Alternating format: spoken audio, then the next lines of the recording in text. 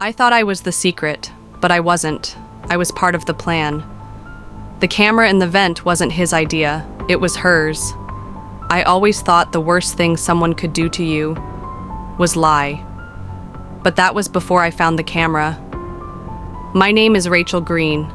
I was 29 when it started. I had just gotten out of a long, numbing relationship with a man who forgot my birthday 3 years in a row. So I told myself I'd never settle again.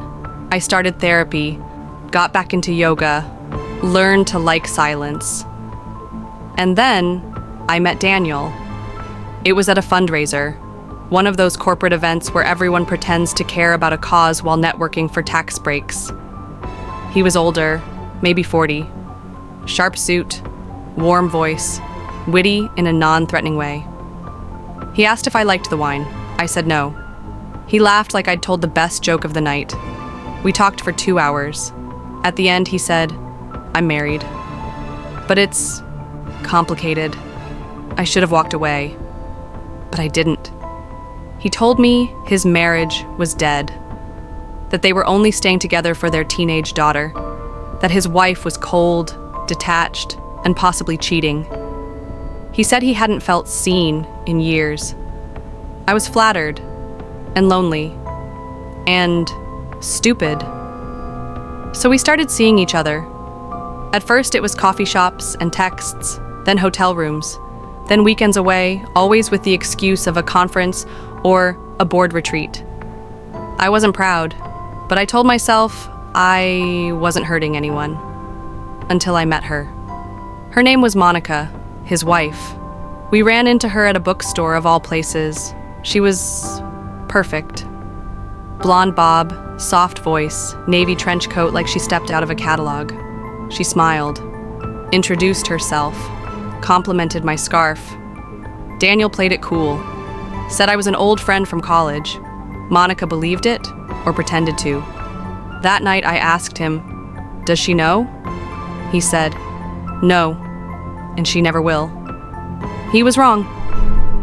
3 months later, at 3:12 a.m., I got a call. I didn't recognize the number. I was half asleep. I answered anyway. "Hi," a voice whispered. "I found your earrings." I froze. She continued, "Guest room. Behind the nightstand.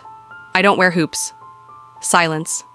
Then, I watched the whole thing. My stomach dropped. She wasn't guessing. She knew. And not because she found jewelry, because she saw it. I ended the call, threw up, sat on the bathroom floor until sunrise. Daniel didn't call. Not that day, not the next. And I was too scared to ask. Then I got a text, unknown number, a video file. I clicked, and there we were, me and Daniel, in bed, 2 months ago.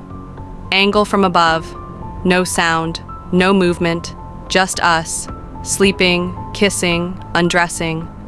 I looked around my apartment, no vent in that position. Then I remembered, that wasn't my place. That was hers, the guest room. There had been a vent above the bed. I thought it was for air. I never imagined it was watching. Another text came. "I told you, I saw everything." Then, I'm not the villain here. And maybe she wasn't, because the next week, I got a letter. Hand delivered. Cease and desist. From Monica. It accused me of harassment, trespassing, and moral endangerment.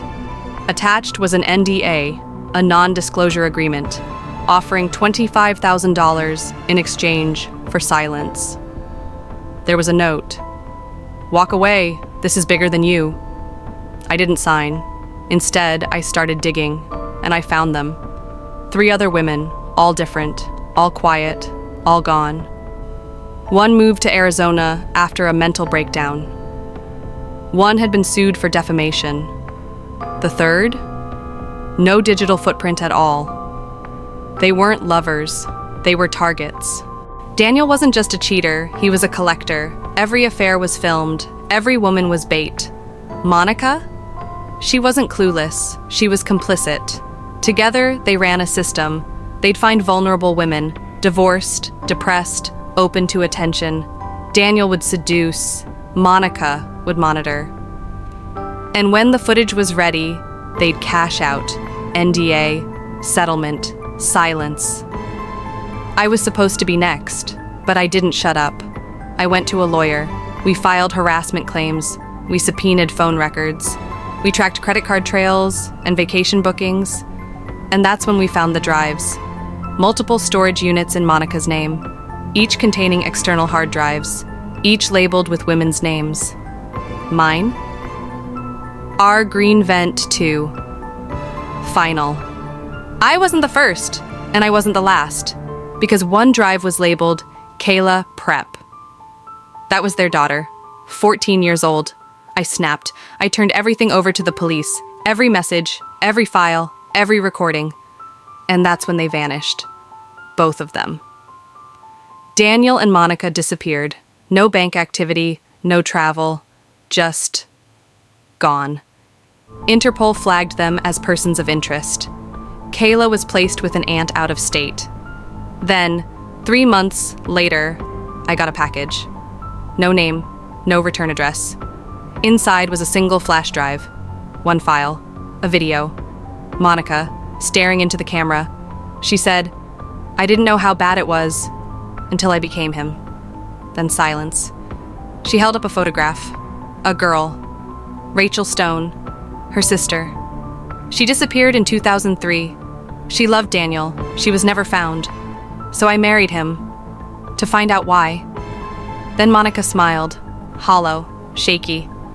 I thought I could control him, but he taught me how to be a monster too.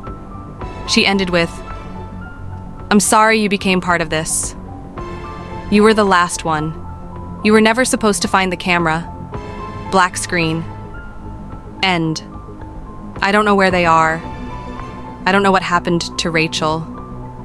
I don't know what Kayla remembers. But I know this. The camera wasn't the scariest part. The scariest part was realizing I wasn't cheated on. I was used, because some people don't love. They hunt.